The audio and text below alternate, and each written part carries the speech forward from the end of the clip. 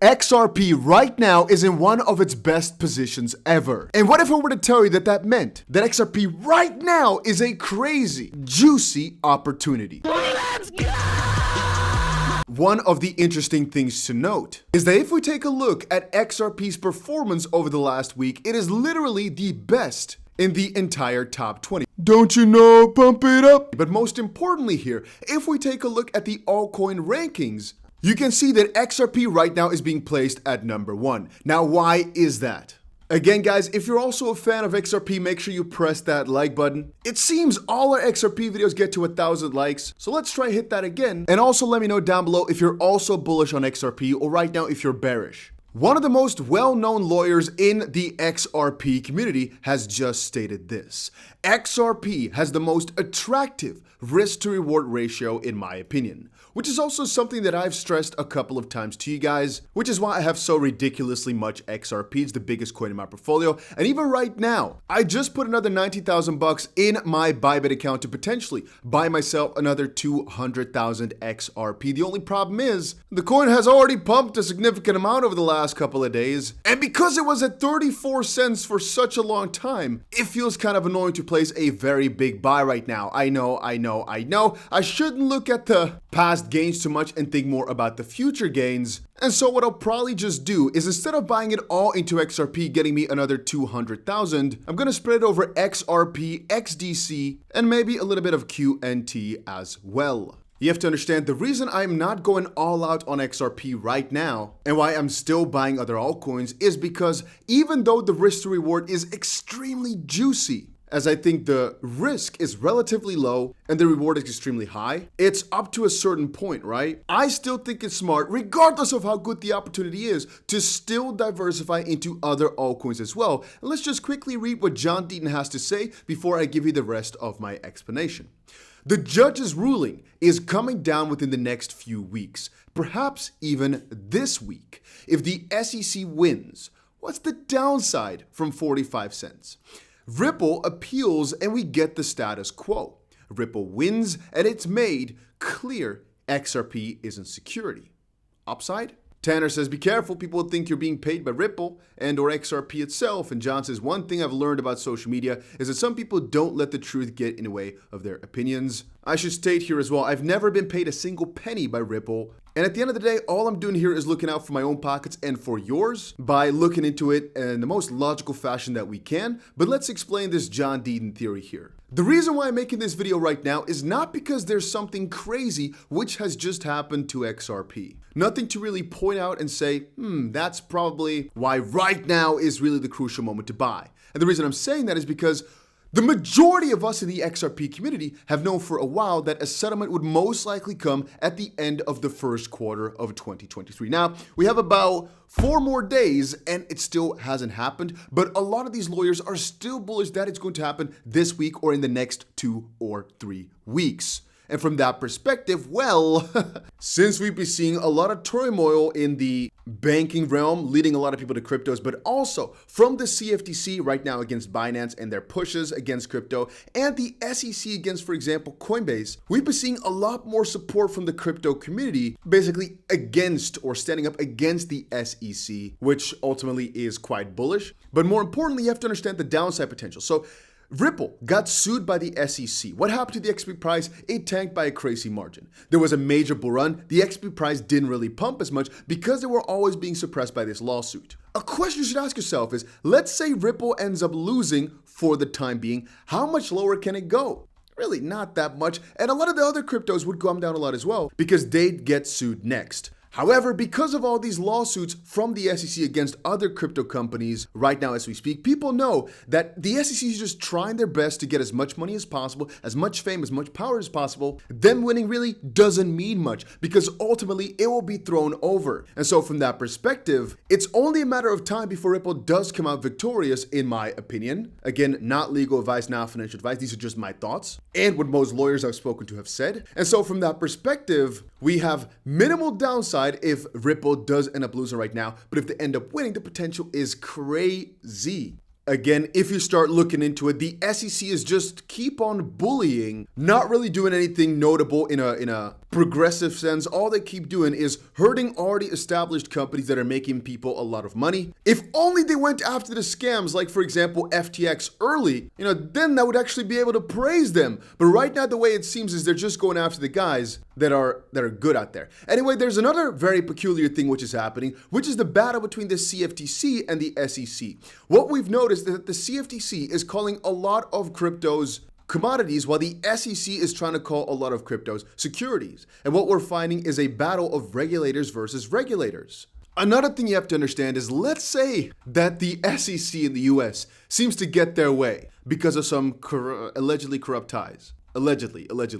It's still, Ripple's still doing fine in every other country around the world, right? But then again, to not to stray too far away from subject here, I've already started to notice a lot of support from a lot of influencers and a lot of guys like, for example, Masari, switch over the last couple of weeks. And again, in no way, shape, or form am I saying be prepared for a pump in the next couple of days. That's not what this video is here for. It's saying understand that right now, XRP, even though it's very much hated by a lot of people still, it's actually, I'd say, the most trending altcoin right now, the most popular altcoin right now that everybody wants to talk about and everybody's looking into because we're at the verge of a major decision.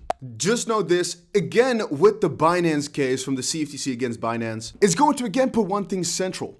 Which entity in the US has control over cryptocurrencies? Is it the CFTC? Is it the SEC? And then again, at the center of that is the question of, was the case against Ripple regarding XRP justified? And more importantly, is what they're trying to allege, what the SEC is trying to do, even something that's possible? Because again, XRP on the secondary market, it has utility. How exactly could that be security sales? How exactly does that work? Again, thinking about how time and time again makes you even more confused then, because it just does not make any sense in any book. Right now, even Cointelegraph has started talking about XRP again. XRP price sell the news moment nears after crypto leading 20% weekly gain. XRP will also been accumulating since February, with only days remaining until the SEC versus Ripple lawsuit could reach its potential conclusion. And again, if you're wondering why it's going so trending, everybody is waiting for this major decision right now. Will it happen? That's the big question. But that's what literally millions of people right now, probably, let's just call it hundreds of thousands of people, as John Deaton's posts are getting hundreds of thousands of views. That's what hundreds of thousands of people are right now, as we speak, waiting for. They're glued to their screen. And it again comes along with James Filan's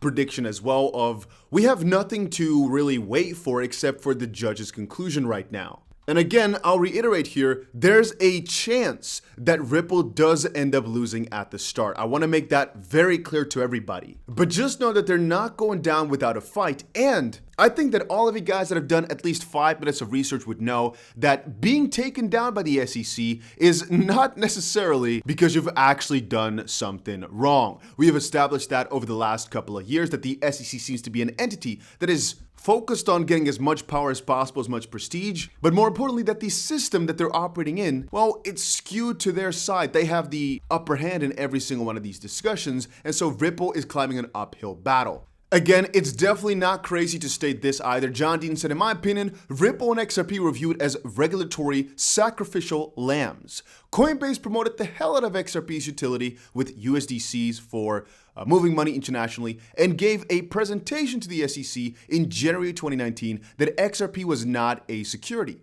and then listed XRP in February of 2019 with XRP somewhere on their website as well with a big explainer. And you also have to understand that even Gary Gensler knows XRP right now has utility. You can't dispute this. They have been slowly selling, and they're now down to 61%.